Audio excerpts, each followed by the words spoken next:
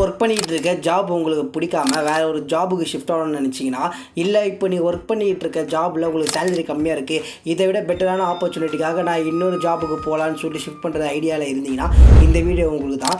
இந்த வீடியோவில் நான் உங்களுக்கு நீங்கள் ஒரு ஜாபில் இருந்து இன்னொரு ஜாபுக்கு ஸ்விட்ச் ஆகும்போது எந்த மந்தில் உங்களோட ஜாபை ரிசைன் பண்ணிங்கன்னா உங்களுக்கு ஆப்பர்ச்சுனிட்டி அதிகமாக வெளியே கிடைக்கும்னு சொல்லிட்டு இந்த வீடியோ நான் டீட்டெயில்டாக சொல்ல போகிறேன்.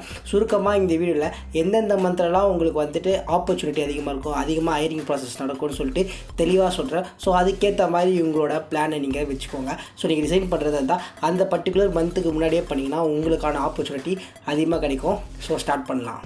1 இயருக்கு பார்த்தீங்கன்னா 12 மந்த் இருக்குது.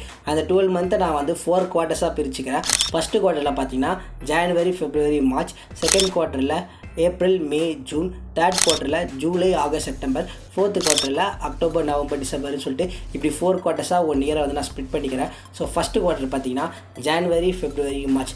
ஸோ இந்த டைம் பீரியடில் பார்த்தீங்கன்னா எல்லா கம்பெனியுமே அவ்வளோவா ஹையரிங் ப்ராசஸ் வந்துட்டு நடத்த மாட்டாங்க. எதனால் நடத்த மாட்டாங்கன்னு பார்த்தீங்கன்னா, எல்லா கம்பெனியுமே அவங்களோட ஃபினான்ஷியல் இயரோட எண்ணிங்கை நோக்கி போய்கிட்டு இருப்பாங்க.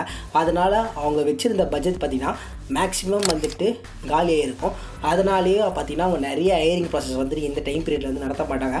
பட் நடத்தவே மாட்டாங்கன்னு சொல்ல முடியாது. ரொம்ப ரேராக மினிமலாக 1% தான் வந்துட்டு பார்த்திங்கன்னா இந்த சமயத்தில் அவங்க ஹையரிங் ப்ராசஸ் நடத்துவாங்க. ஸோ நீங்கள் இந்த சமயத்தில் உங்களோட ஜாபை வந்து நீங்கள் ரிசைன் பண்ணிங்கன்னா நீங்கள் அடுத்த ஜாபுக்கு ஷிஃப்ட் ஆகிறதுக்கு கொஞ்சம் டைம் ஆகும். ஸோ அதனால் நீங்கள் வந்து பக்காவாக பிளான் பண்ணிக்கோங்க. செகண்ட் குவார்ட்டர் பார்த்திங்கன்னா ஏப்ரல், மே, ஜூன். ஸோ இந்த டைம் பீரியடில் பார்த்தீங்கன்னா எல்லா கம்பெனியுமே அவங்களோட ஃபினான்ஷியல் இயரோட ஸ்டார்டிங்கில் இருப்பாங்க.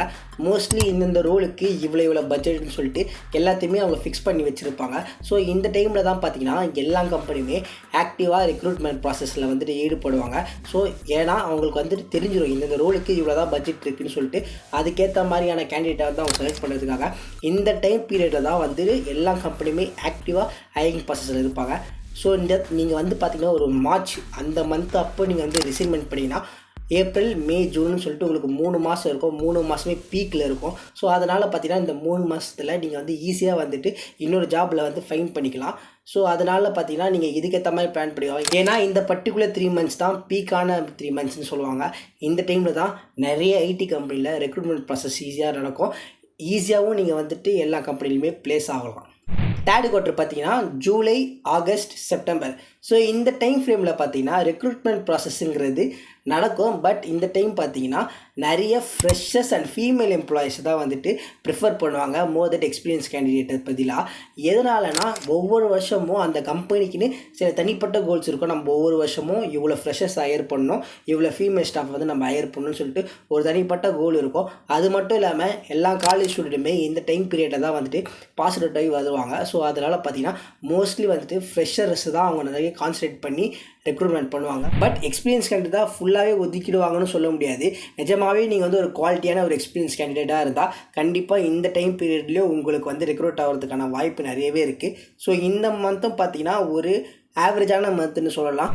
ஸோ ஏப்ரல், மே, ஜூன் அந்த அளவுக்கு பீக்கில் இல்லைனாலும் இந்த பர்டிகுலர் 3 மந்த்ஸோ ஒரு நல்ல 3 மந்த்ஸ் தான். ஸோ இந்த இடத்துல ஒரு ஆவரேஜான ரெக்ரூட்மெண்ட் ப்ராசஸ் நடந்துட்டு தான் இருக்கும். ஸோ லாஸ்ட் குவார்ட்டரான அக்டோபர், நவம்பர், டிசம்பர் இந்த டைம் பீரியடில் பார்த்தீங்கன்னா எல்லா கம்பெனியுமே மோஸ்ட்லி அவங்களோட செலிப்ரேஷனில் தான் வந்துட்டு கான்சன்ட்ரேட் பண்ணுவாங்க. ஏன்னா இந்த டைம் பீரியட் பார்த்திங்கன்னா ஒரு ஃபெஸ்டிவல் சீசனாக இருக்கும். லைனாக வந்துட்டு உங்களுக்கு நிறைய ஃபெஸ்டிவல்ஸ் வரும். தீபாவளி, கிறிஸ்மஸ், நியூ இயர்னு சொல்லிட்டு ஏகப்பட்ட ஃபெஸ்டிவல்ஸ் லைனாக வரதுனால மோஸ்ட்லி எல்லாருமே பார்த்திங்கன்னா இந்த செலிப்ரேஷன் மோடில் தான் இருப்பாங்க. ஸோ ஃபெஸ்டிவலுக்காக தான் அவங்க நிறைய வந்து மணி ஸ்பெண்ட் பண்ணுவாங்க. ஸோ இந்த டைமில் பார்த்திங்கன்னா ஹையரிங்கிறது ரொம்பவே பிலோ ஆவரேஜாக தான் நடக்கும். இது வந்துட்டு எப்படி சொல்கிறதுனா உங்களுக்கு வந்து ஜனவரி மந்த் அளவுக்கு டல்லாக இருக்காது. பட் இந்த மந்த்துமே பார்த்திங்கன்னா ஓரளவுக்கு டல்லாக தான் இருக்கும். பட் இந்த மந்தில் வந்து பார்த்திங்கன்னா பிலோ ஆவரேஜாக தான் ரெக்ரூட்மெண்ட் ப்ராசஸ் நடக்கும். ஸோ அதனால் நீங்கள் இப்போ இருக்க ஜாப்லேருந்து ரிசைன் பண்ணுறீங்கன்னா இந்த டைம் ஃப்ரேமில் வந்துட்டு ரிசைன் பண்ணாமல் கொஞ்சம் வெயிட் பண்ணி அதுக்கப்புறம் ரிசைன் பண்ணலாம்.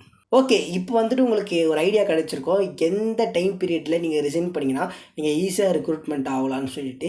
என்ன கேட்டிங்கன்னா நீங்கள் மார்ச் மந்த் அந்த வாக்கில் வந்துட்டு இப்போ இருக்க ஜாபை நீங்கள் ரிசைன் பண்ணிங்கன்னா ஏப்ரல், மே, ஜூன் கிட்டத்தட்ட 3 மந்த்ஸ் பார்த்திங்கன்னா பீக்கில் போயிட்டு இருக்கும் ரெக்ரூட்மெண்ட் ப்ராசஸ் தான். ஸோ அந்த டைமில் பார்த்திங்கன்னா நீங்கள் ஈஸியாக ரெக்ரூட் ஆகிடலாம். வேறு ஒரு கம்பெனியில் பெட்டரான ஆப்பர்ச்சுனிட்டியும் அந்த டைமில் வந்துட்டு உங்களுக்கு அவைலபிளாக இருக்கும். ஸோ தட் இதுக்கேற்ற மாதிரி நீங்கள் பிளான் பண்ணிக்கோங்க. கண்டிப்பாக உங்களுக்கு யூஸ்ஃபுல்லாக இருக்கும். நம்ம சேனலில் பார்த்தீங்கன்னா இந்த மாதிரி நிறைய யூஸ்ஃபுல்லான வீடியோஸ் வந்து நான் ரெகுலராக போஸ்ட் பண்ணிகிட்ருக்கேன். ஸோ பாருங்கள், பிடிச்சதை சப்ஸ்கிரைப் பண்ணுங்கள். And yeah, bye.